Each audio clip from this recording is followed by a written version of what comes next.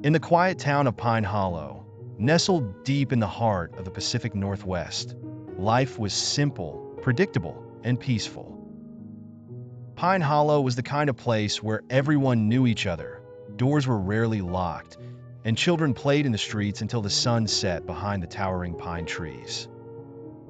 It was a town that had never known real fear, until the summer of 1985, when the Midnight Killer struck for the first time. It all started on a warm July evening. As the town prepared for its annual summer festival, the residents were buzzing with excitement. Little did they know, a dark presence had slipped into their midst. That night, the first victim, Laura Thompson, was found dead in her home. Laura was a well-loved kindergarten teacher, known for her gentle nature and dedication to her students. She was discovered by her neighbor, Mrs. Peterson, who had come over to share some freshly baked cookies. What Mrs. Peterson found would haunt her for the rest of her life. Laura's body lay sprawled on the living room floor, her lifeless eyes staring up at the ceiling. She had been strangled, but there were no signs of a struggle. The windows and doors were locked from the inside, and nothing appeared to be stolen. The police were baffled. How had the killer entered the house? And more importantly, why had they targeted Laura? The investigation into Laura's death began immediately. The police questioned her friends, family, and colleagues, but no one had seen or heard anything unusual. Laura had no enemies, no disgruntled lovers, and no known conflicts. It was as if the killer had struck at random, without motive or reason. The only clue left behind was a single red rose placed delicately on Laura's chest, a chilling signature that would become the calling card of the Midnight Killer. As weeks turned into months, the town's sense of security began to crumble.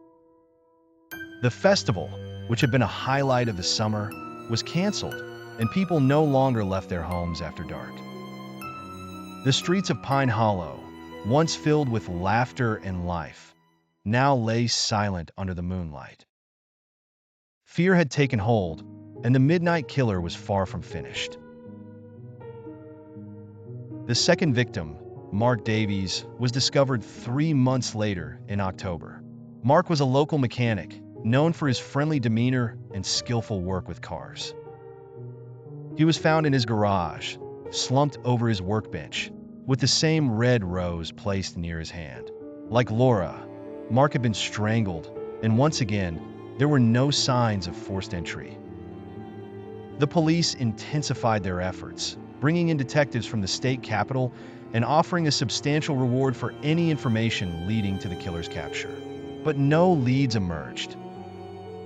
The Midnight Killer was a ghost, leaving behind no trace except the telltale rose. The murders continued, each spaced a few months apart, with no apparent connection between the victims except the small, tight-knit community of Pine Hollow. The killer's precision and lack of evidence left the police stumped and the town in a state of perpetual dread. The residents, once so close, began to suspect one another. Neighbors who had shared coffee and conversation now eyed each other warily, wondering if the killer could be someone they knew.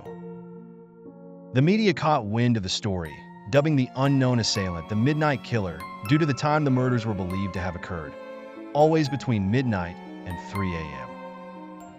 News crews descended upon Pine Hollow, turning the quiet town into a circus of flashing cameras and probing questions. The increased attention brought more pressure on the police, but despite their best efforts, the Midnight Killer remained elusive.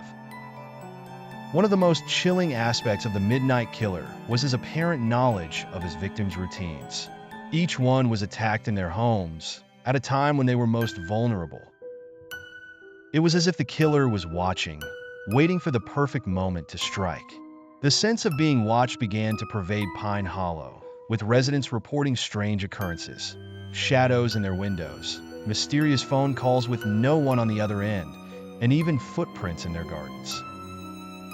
The Midnight Killer had turned Pine Hollow into a town of paranoia and fear. As the body count grew, so did the theories. Some believe the killer was a drifter, someone who moved from town to town, leaving a trail of bodies in their wake.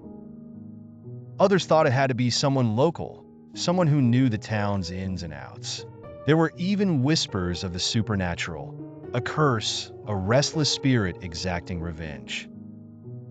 But as intriguing as these theories were, they did nothing to bring the town closer to the truth.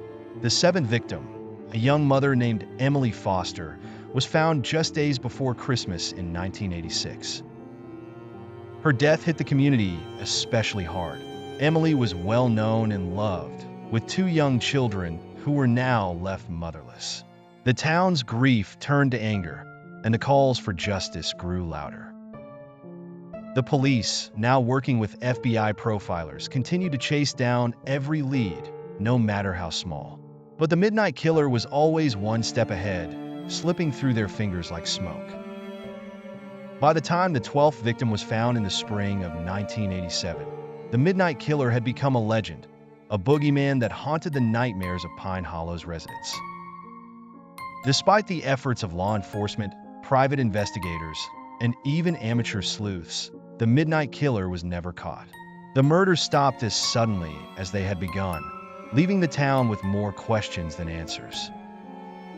Pine Hollow eventually returned to a semblance of normalcy, but the scars of the Midnight Killer's reign of terror remained.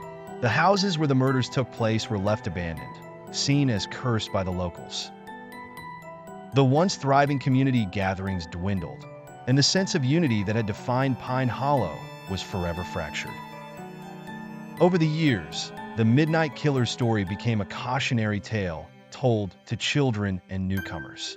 Some claim to have seen the ghost of Laura Thompson wandering the streets at night, still searching for her killer.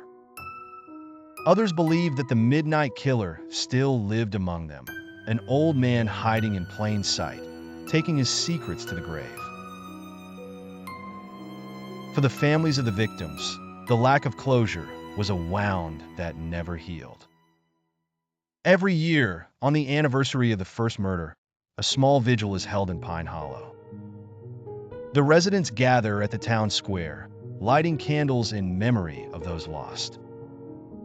It's a quiet, somber affair, attended by fewer and fewer people as time goes on. But for those who remember, the Midnight Killer is not just a story. It's a painful chapter in Pine Hollow's history, a reminder that sometimes the darkest shadows hide in the places we least expect. And so, the Midnight Killer remains an unsolved mystery, a ghost story that refuses to fade. The red roses that once marked the killer's path have long since withered, but the fear they brought to Pine Hollow lingers on, a chilling reminder of a town's darkest hour.